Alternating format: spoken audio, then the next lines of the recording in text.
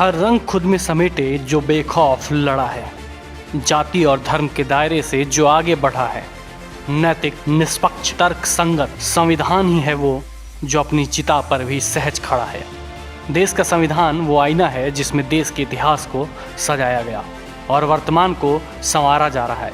भारत का संविधान जितना पुराना है उतना रोचक भी है। चलिए आपको भारत के संविधान से जुड़ी 10 रोचक बातें बताते हैं। भारत राज्यों का संघ। भारत राज्यों का एक संघ है। यह संसदीय प्रणाली की सरकार वाला एक स्वतंत्र, प्रभु सत्ता संपन्न, समाजवादी, लोकतांत्रिक गणराज्य है। यह गणराज्य भारत के संविधान के अनुसार शासित है, जिसे संविधान सभा द्वारा 26 नवंबर 1949 को ग्रहण किया गया, जो 26 जनवरी 1950 को लागू हुआ। सबसे बड़ा संविधान। विश्व में भारत का संविधान सबसे बड़ा लिखित संविधान है। संविधान लागू होने के समय इसमें 395 अनुच्छेद, 8 अनुसूचियां और 22 भाग थे, जो वर्तमान में बढ़कर 448 अनुच्छेद, 12 अनुसूचियां और 26 भाग हो गए हैं। साथ ही इसमें 5 परिशिष्ट भी जोड़ दिए गए हैं, जो कि प्रारंभ में नहीं थे। संविधान का मसौदा।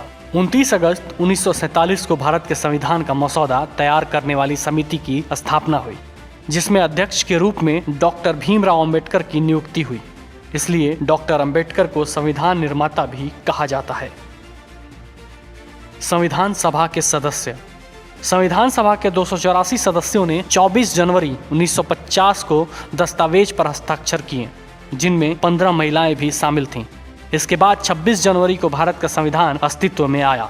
इसे पारित करने में 2 वर्ष, 11 महीने और 18 दिन का समय लगा। संविधान की प्रस्तावना।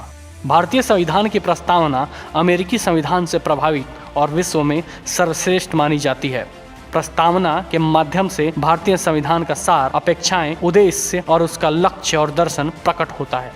प्रस्तावना यह घोषणा करती है कि संविधान अपनी शक्ति सीधे जनता से प्राप्त करता है। इसी कारण यह हम भारत के लोग इस वाक्य से प्रारंभ होती है। संविधान की विशेषता। भारत के संविधान की विशेषता यह है कि वह संघात्मक भी है और एकात्मक भी। भारत के संविधान में संघात्मक संविधान की सभी उपरोक्त विशेषताएं विद्यमान हैं। दूसरी विशेषता यह है कि आपातकाल में भारतीय संविधान में एकात्मक संविधानों के अनुरूप केंद्र को अधिक शक्तिशाली बनाने के लिए प्रावधान निश्चित है। तीसरी विशेषता यह है कि केवल एक नागरिकता का ही समावेश किया गया है और एक ही संविधान केंद्र तथा राज्य दोनों ही सरकारों के कार्य संचालन के लिए व्यवस्थाएं प्रदान करता है। इसके अलावा संविधान में कुछ अच्छी चीजें विश्व के दूसरे संविधानों से भी संकलित की गई हैं।